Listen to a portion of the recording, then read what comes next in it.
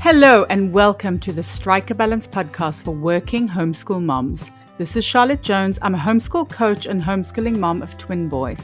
I know it can feel really overwhelming to keep all the balls in the air all the time. So each week I chat about tips and strategies for being a happy and thriving working homeschool mom that you can implement in your life too. I also speak to awesome and inspiring women who manage to juggle homeschooling and work successfully and find out what their secrets are.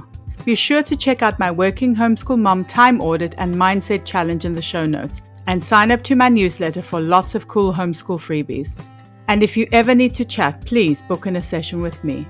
I'm so excited for you to be here and I hope you'll get so much value out of this episode. So let's get started. Okay, so today I'm going to be talking to Nellie Harden, who is a family life and leadership coach. Welcome to the podcast, Nellie. I'm so excited to have you here. Oh, thank you so much. I am so excited to have you here too, or to be here too. Okay, so before we get into the nitty-gritty, I'd like to warm up with a question that I really love. So if you were to publish your autobiography today, what would be the title and why? Oh, goodness. I would probably say that really just building my path one day at a time. I think that is probably the greatest explanation of my life. And I've been through so many different seasons and so many different growth periods, reflection periods, and just trying to figure it out. So yeah, building my path one day at a time. I would go with that. Yes, that's a really, really good one. I think taking it one day at a time is good advice for absolutely everything. That's a really good Yes. one. And maybe you could tell us a little bit about yourself. Yeah, absolutely. So I am a wife of 20 plus years. My husband and I met when we were just 18 and 19 years old. And then we got married a few years after that. And so we live on the East Coast of the United States. We have 4 daughters who are 12, 14, 14, and 16. We have twins in the middle, so all girls. And like you said, I'm a family life and leadership coach. I really focus on parents of daughters, especially in the second half of parenting, that 9 to 18 years old, helping them eliminate power struggles and grow confident, wise, and respectful young women that are actually ready for the world. And I love to read. I love to do research, and I really love to adventure. So I'm a science girl at heart. I have degrees in biology, psychology, and I started off my career in animal work in the wildlife and have now broken into human work over the last decade plus. So it's been a magnificent journey, and that is, it's still just scratching the surface. Oh, fantastic. And what does it mean when you say animal work? What does that mean specifically?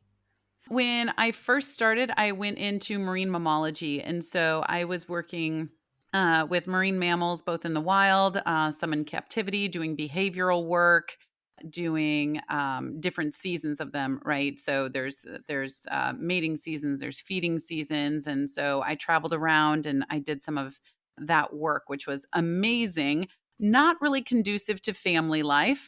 Let's see, it was probably a few years in that I decided, I really, really wanted to start a family. And so I started working on things that were closer to home. So I started working in veterinary work, doing surgical rotations and surgical assistant and things like that. So I did that for a while. And then when I got, when I got pregnant with the twins, I was like, okay, we are done.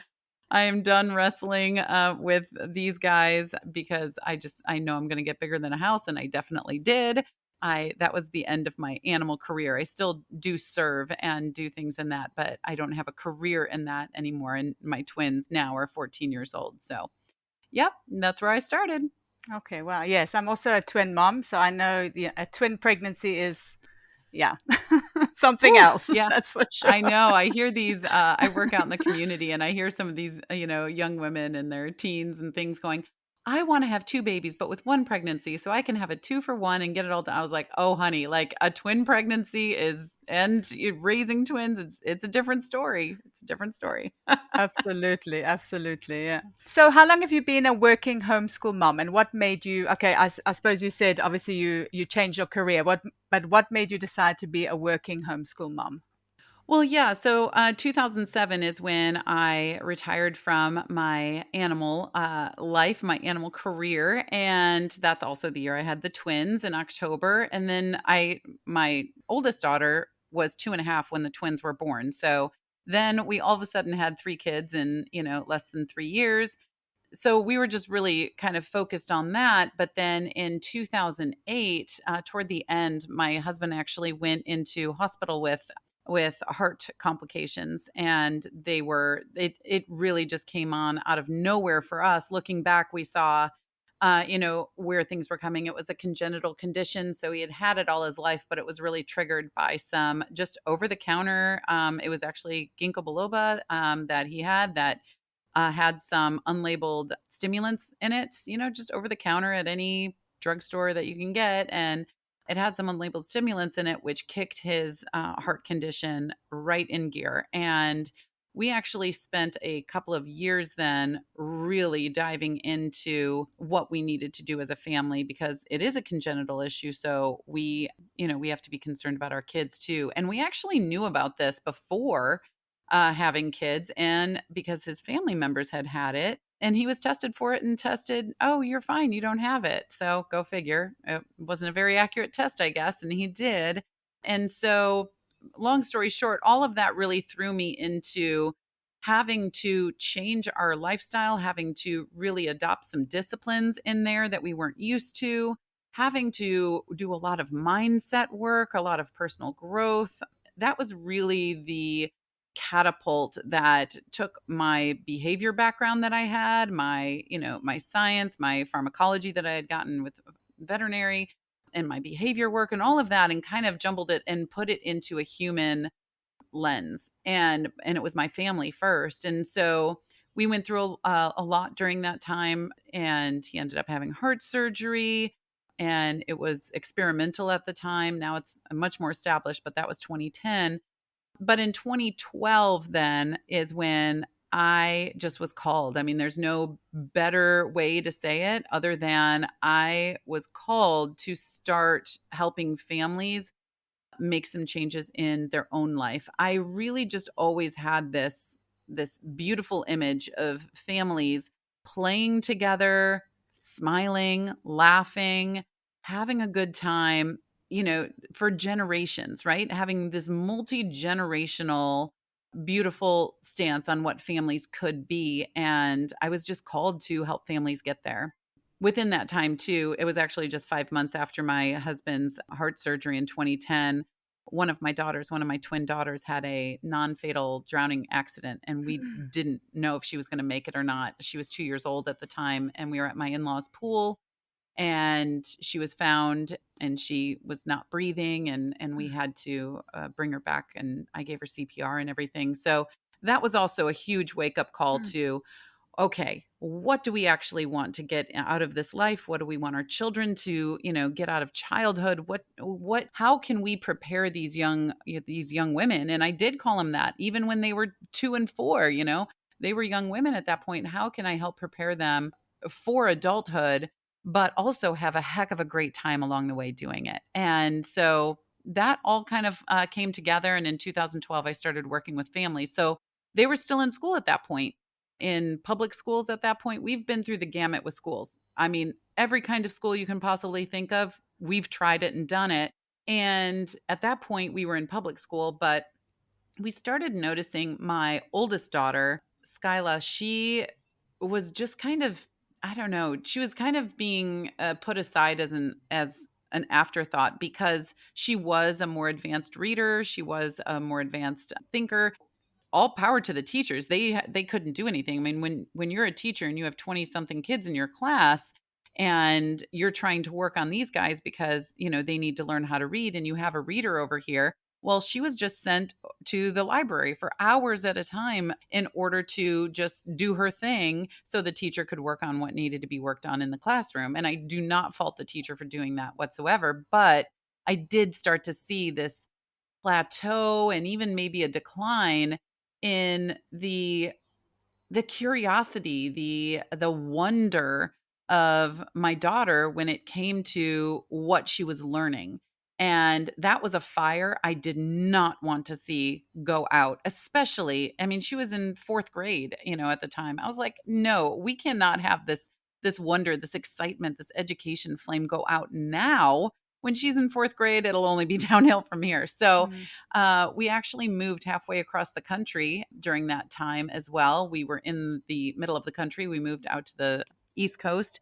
And it was just a good time to try this homeschool thing, which I mean, my husband and I are both, public school kids through and through. Never in a million years would I have even, thought of homeschooling, let alone actually contemplate starting it myself.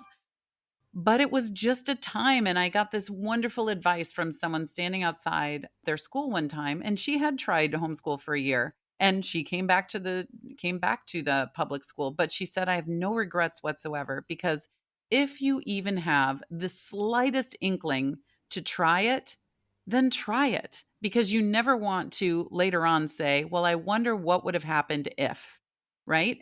It was really her, and I credit her for just giving me, that extra pressure on the gas pedal to be like, "You know what? Let's just try it." The worst thing that could happen is there's a bit of a break. If I totally fall on my face and do not teach them anything for a year, which I knew wouldn't be the case, but, worst case scenario, if I did that, then, they would have a year off of school. They would still come back either at or a little bit above their grade levels. And so we did it and we tried it and we've loved it. And now we're in year 7.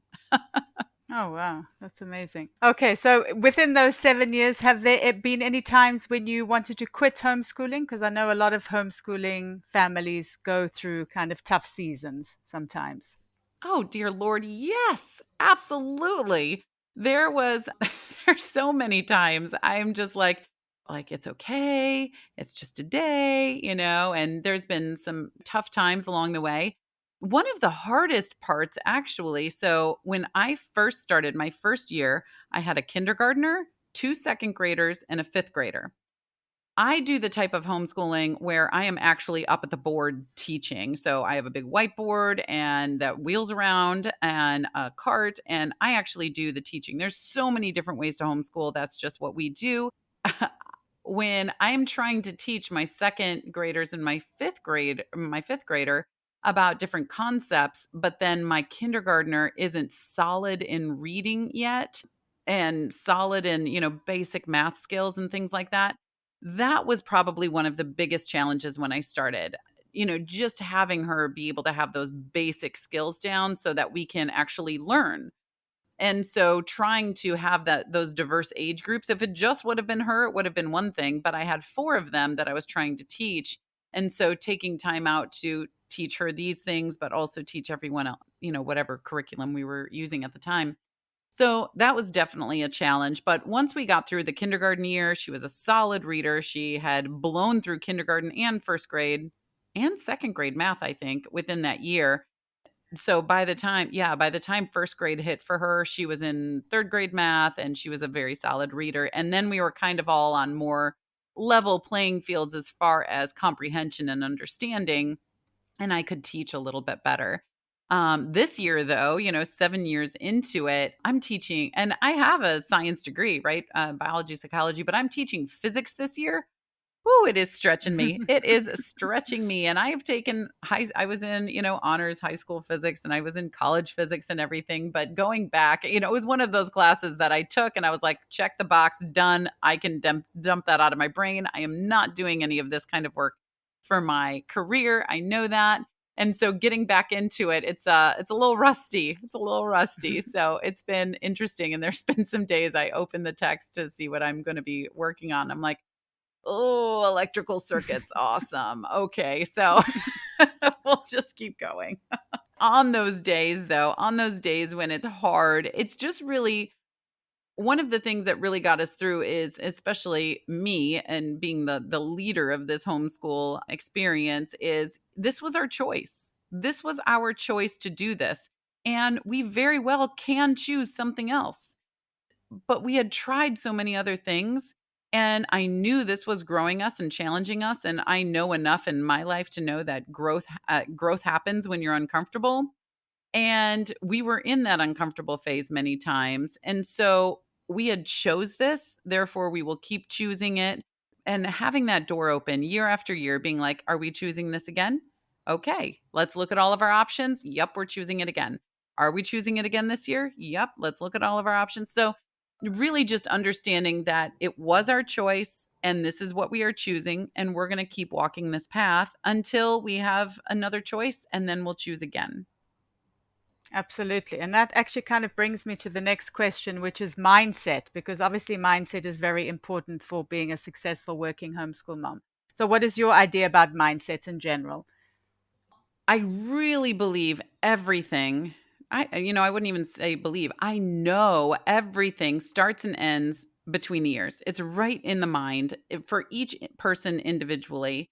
It's about perspective. It's identity. It's how you relate to the world. It is how you take thoughts into feelings, into decisions, into actions, and then how you process results that are happening and what you do with those. Right, and so everything happens between the ears and the mind. And I teach on mindset in a lot, a big amount in my family coaching. And it's not just what I love is it's not just for our, the teen and tween girls that these parents have. The parents get so much out of this, mindset work as well. Yeah, it is about mindset. It is about how are you going to wake up and approach the day when you're in the tough moments. How are you going to decide what to take from them and what to leave on the table, because it isn't adding to your growth.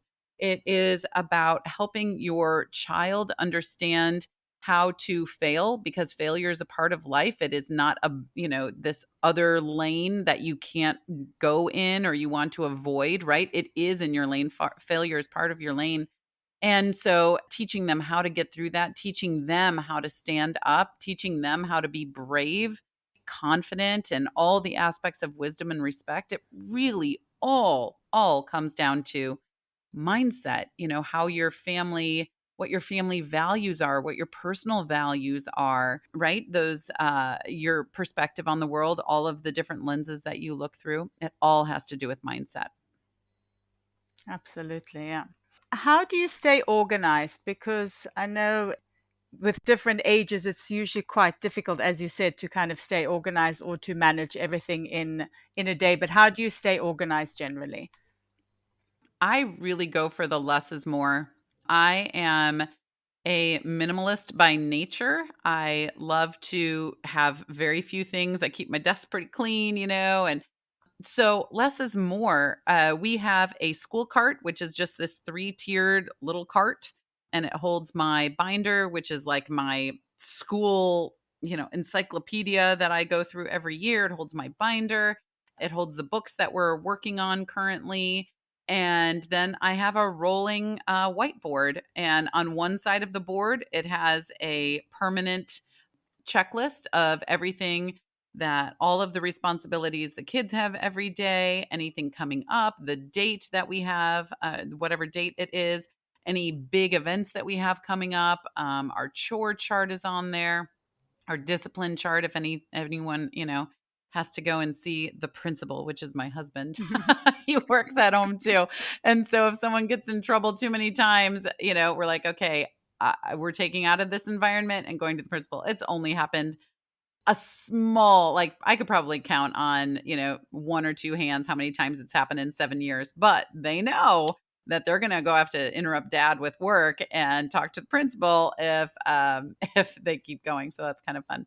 So all of that is organized on that one side. The other side is where I do all of my notes for whatever we're doing, or science, history, geography, poetry, whatever is on that side. And so it really is just those two things that are my main things that I stay organized with. And then, of course, we have bookshelves because we have an obscene amount of books in our house, but we would anyway, even if we didn't homeschool, but it definitely adds to it. And then all the girls have desks in their rooms. And then we have big areas downstairs that they can work too. So we do not have like a homeschool room, quote unquote, or per se. We do everything in our dining room, but I also don't want to walk into our dining room every day and see school. And so our dining room is a dining room. We have a big map in there. And then we have I mean, that's really the only thing that you would look. There's books in there, of course, but like I said, we'd have books anyway. That's really the only thing that might be perceived as school. But I was talking to my husband the other day. I was like, even when we're done with school, I still want that big old map in there, because for me, I love to be able to look up and see the whole world at a glance and just remember that we're all in it together. And so I love having that map in there. So yeah, it's really just the cart and the whiteboard, and having places to put things that they look like normal furniture, but they're really stock full of books and papers and pens and computers and all of that stuff. But if anyone walked into my house, they would have no idea that homeschool happens in that room. Probably. That's how I keep organized. And what is your absolute favorite homeschooling resource and why? Oh, I would say imagination, honestly, which some listeners might be like, oh, are you serious? But truly, because when I first started homeschooling, and when we were just exploring homeschooling, as a matter of fact, I took my fourth grade daughter with me to a homeschooling convention. And we were walking, I walked in, and there was this arena that was probably 2 football fields long, filled to the brim with curriculum vendors, this, that, and that vendors, and all of this. And I, of course, like, total overwhelm consumed me. And I was like, oh my goodness, I'm walking around and everyone is like, oh, you should try this. Oh, you should try that. Oh, you should try that. And I was like, if I did all of this stuff, I would bury myself in all of, these papers and these curriculums, and I would be so overwhelmed I wouldn't know what to do. And we would not have that, we would be doing school 24/7 and need extra hours from somewhere. Over the first couple of years, I just really understood how to rely on myself and my kids and trust myself and use the imagination and intuition that I have as their parent, right? I can rely on that because no one knows them as well as I do, as their teacher, as their parent. And if I can rely on that, then we can do whatever we need to do. If we need to pivot and study this, because I see a lack of something, then we'll do that. We were just on a family walk last night. We were talking about summarizing things because sometimes some of my kids are very long-winded. I was like, you know what? Maybe we should spend the last 10 weeks of the year. We have about 13, 14 weeks left in our year now, but maybe we should spend our last 10 weeks working on summarizing. And we'll probably do that. And that was just something that I see a lack of it. And so let's just work on that in a fun way that can bring attention to an area that needs some growth. And we can do that. And just use your imagination in how that's going to work. And so I would definitely say trust your own intuition as a parent. Use your imagination. There was times that they weren't, especially in the earlier days when they weren't grasping a concept. And so I would just put down the books, right? And we would go sit in the living room. We would pretend that we were going on an exploration in, I don't know, Egypt or somewhere in the Middle East or somewhere like that. And we would see things and we would just explore and use the same education, but in a different way in order to help them understand.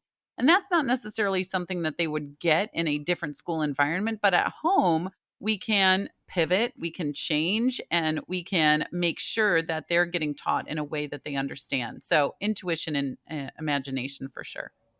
Sure. I think also that comes quite a lot with experience, though, as well as being able to lean into flexibility, being able to change things. And because I think as when you start out as a working or as a homeschooler, it can be quite nerve-wracking to try and change something or to leave something that's not working. Yes. Yes, exactly. In fact, my first year that we did it, I was so locked in because I couldn't trust myself yet. I had never taught before, and I had worked at daycares and I had served in the schools and things like that, but I had never been the sole person responsible for my kids' education before. And so I was like, I got this. There was a linguistic curriculum that I got. They hated it. The kids hated it.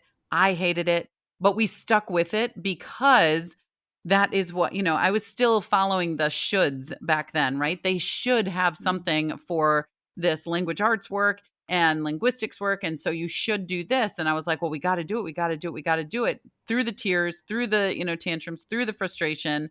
And after that year, oh, those suckers went in the trash. I was like, nope, we are not doing this again. They did not learn or grow from it because they were so focused on the frustration that they were having from it, etc. Yes, you're exactly right. That trust of yourself comes with some longevity in the homeschooling environment. 1-2 years in, I was like, okay, I know how to now, set the runway for this year. And if we need to turn, we need to turn, and it's fine. And what does your schedule look like roughly in terms of a regular homeschooling day? I am a stickler for routine. So honestly, it was born from necessity, but I think I've always liked routine, but we are just a very busy and involved family. And we have, a family business. I have my own business. My husband has his job. We homeschool, we serve out in the community. So we're just doing a lot of things. And so routine has to be just a part of what we do every day. So for me, it is every day, Monday through Friday anyway, 7 to 9 is my morning routine, which is a huge part of my self care. I have to have my morning routine in there. And in that time, I'm reading, I am working out, I'm showering, I am having some quiet time in the Bible for me, which is really important for me. I am checking in with my team and my assistants to make sure everything is good for the day with what we're doing. And so that's 7 to 9 every day. And then 9 to 10, I have some work that I do just in order to prep things for the day. And then 10 to 1 is our school and lunchtime. And the way we do school is I do group work in the morning. So in that, we do history, we do geography, we do poetry, we do science. We have a book or two that we're reading at the same time. And so we do all of that together. And then we have lunch. And then in the afternoons from 1 to 5 or 6, depending on, how much work I have to do that day, that is my work time. And that is my kids' individual work time. So that's when they do their Spanish, their math, their writing, all of those things that they do at their individual levels. That is when they do that. And then if we have the board downstairs, and if they need help with anything, then they put their name on the board with what they need help with. And my husband and or I will help them with that when we come down after 5 or 6. So, that window of like 1 to 5, that is my zone right there, where unless you have to go to the hospital, please do not disturb me. This is my time that I need to devote toward, my career and passion. It's as far as my career goes. And then we have family time we go on a dog walk, we have dinner, we talk as a family, we maybe watch a show, whatever, between 6 and 9 to 9:30. And then we wrap up for the day and I'm in bed by 10. So that really is my day at a glance on any given day. And sometimes, instead of the family time, we serve on Wednesday nights, for example, but all 6 of us go and serve. So that is still family time. And we're doing that together too. So that is my day at a glance, Monday through Friday. You can always find me in one of those different areas of time. And what about during the year? What does your year schedule look like? During the year, so we start school typically after Labor Day, and just because of traveling and what have you. So we start school after Labor Day and then typically probably end of May or so. We do not take breaks from school outside of our holiday break in December. So we don't take a break from September to December, and we do not take a break from January to May. And it sounds grueling, but really it's not bad because, and I forgot to say that we only do group work Monday through Thursday. And so Fridays, they only have their individual work. And so it really is like they have almost a 3-day weekend every weekend. And they use that to, work on projects that they're working on. My kids love to work out in the garage. My husband, their dad, does a lot of carpentry stuff. So they go and work on stuff out there, or they have a huge tree house that they're building. So they go out to and work on that. So it really isn't like this, grueling schedule of, school for 5 months, no breaks, it's more light than that. And really it's just Monday through Thursday that we have the full day schedule.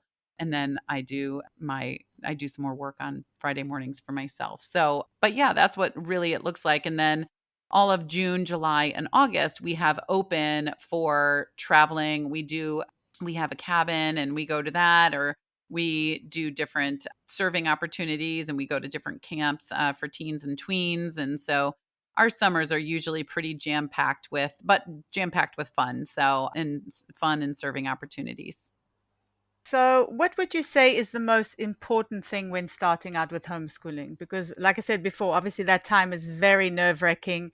You're not sure what you should do. You're not sure if you're doing enough. But if you could think of the most important thing looking back, what would you say is the most important thing when starting out? I would just say to breathe and understand that things are flexible and it can change, right? Don't feel like you are locked into something that everyone is miserable in. And if things aren't going well, just pivot and try a different approach or try a different curriculum.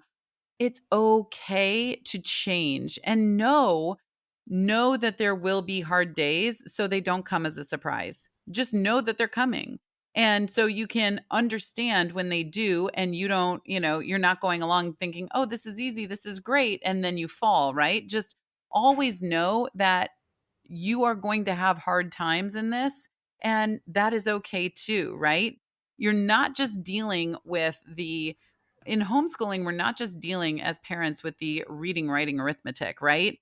We are dealing with messy, developing human stuff that is happening with our kids and frankly with us too. I mean, as adults, we're still growing in who we are and our perspectives and our identities and how the world influences us and how we know ourselves. And so we're not just dealing with school in this tiny scope of do they know how to add, subtract, multiply, divide, and are they doing well in science or whatever. We're dealing with learning as a part of life, not just this separate thing that they ride a bus to and come back from, right? We're really enveloping learning into the family growth experience, which means dealing with all that messy human stuff that comes along with that. And understanding it is our responsibility to help and guide and manage all of that, not just the curriculum piece that is happening there. And in our family, we've had so many growth opportunities to, nip things in the bud when we first see them that we would not have seen had they not been home doing school. You think about perfectionism or comparison or even lying or competitiveness and not productive competitiveness, with siblings or other people too, and struggle with this or struggle with that. And so when you see those things, when you're homeschooling, then you can really start to work on them and make sure that they're okay much earlier in the story than they maybe would have if they were outside of the home and doing that, because you're observing, right? Just sit back and observe, but understand things are flexible and can change. That would be the biggest piece of advice for sure. And what about your number one piece of advice for being a happy and thriving working homeschool mom specifically? Routine, routine, hands down. You got to have a routine, honestly, because you want to, it's kind of like if you go bowling or what have you, and they put those bumpers in the lanes, and you want some of those good, healthy boundaries that are up so that you don't feel like you have to do everything all at once all the time. You can say, oh, this popped into my head, I'm going to write it down, but I have time to do that later, right, when I'm doing my work stuff. So when I'm teaching, there's lots of stuff that pops into my head that I want to do for my work or for a client. And so just write it down, and I know that from 1 to 5 I can work on that. Or vice versa, when I'm doing work stuff and I'm like, oh yeah, I need to ask kids about that math problem or what have you. Write it down and we'll deal with it during school time. So having those boundaries up around your time to protect it so that you can actually do what you want to do within that time. Now, are there exceptions to that? Yes. Yesterday we had eye appointments we had to go to. So of course that blends into the day and what have you, just like any other typical family. But having a general routine to fall back on is really imperative, because if you don't, then your time will be taken up, no question about it. And you will, at the end of the day, sit back and go, where did that time go? What did I even do during that time? Because everything is just this jumbled up, soupy mess, instead of having, okay, I'm going to work on this here. I'm going to work on this here. I'm going to work on this here. And it doesn't all have to be super productive things, right? Like hour from 6 to 9 every single night, we have family time, which, yes, is super productive in the grand scheme of things when you're looking at us as parents, as leaders raising our kids, and we're having fun and we're taking walks and we're doing all this. But in the moment, sometimes sitting around a table and just talking might not seem as productive as something that you want to be getting done at work. Again, having boundaries around that time, being like, nope, 6 to 9, I am exactly where I am supposed to be right now, doing exactly what I'm supposed to be doing. So boundaries and routine. Absolutely. I guess that's kind of block scheduling, I think, which works really, really well. Yes. And if something Yes. doesn't get done within that period, you can always just move it to the next slot. And I think it takes off the pressure of having to tick kind of tasks off every day. Absolutely. Yes. So finally, is there anything that you're working on at the moment you would like to share, and where can people find you online? Yes, absolutely. So I actually have a great, oh my gosh, it's so amazing. This parenting workshop. It's called Ignite Their Joy: 5 Steps to Building Your Daughter's Self-Esteem During the Teen and Tween Years. And you can find that at nellieharden.com/ignite. And that's a totally free workshop with priceless information that if you have a daughter that is between 9 and 18, you're definitely going to want to get on the list for this workshop. And then I'm on Instagram at Nellie Harden and on Facebook at the 6570 Project. That's how many days we have in the 18 years that they are with us during this parenthood childhood dance that we do. Not to say we aren't parents later, we definitely are, but 6,570 days is our highest impact, highest influence time zone. So that's where you can find me. That does not sound like a lot of time, though, does it? When you say it like No. that. Oh, it just That's flies. why in fact, I can't, I started that project. It's the 6570 Family Project, actually. And, but on Facebook, it's the 6570 Project is where you'll find it. But yeah, I started that a while ago, and I encourage anyone to go over to, the computer or figure it out on Handwise if you want to do that, but see how many days your child has been here on this planet, and then subtract that from 6570, and you're going to get the window that you have left in order to help build them into the adults that they can be out into the world. Because if I've learned anything through all of my family work I've done for over 10 years and all of my animal behavior and wild work that I've done even before that, it is that this childhood experience, when you strip away all of it, it really is made, like, we have this experience in order to prepare them to go out into the world on their own and thrive. And in humanness, in our messy humanity that we have, there's so many other factors that go into there, especially today, and especially with our young women between 9 and 18 years old, and technology and comparison and perfectionism and all of that that's going on.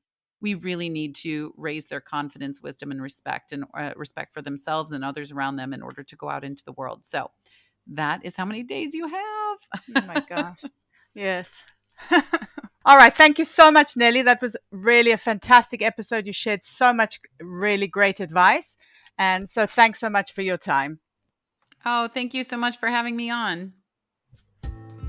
I really hope you enjoyed the episode. Drop me a DM on Instagram or post on the Working Homeschool Moms support group over on Facebook, and let me know what resonated the most with you.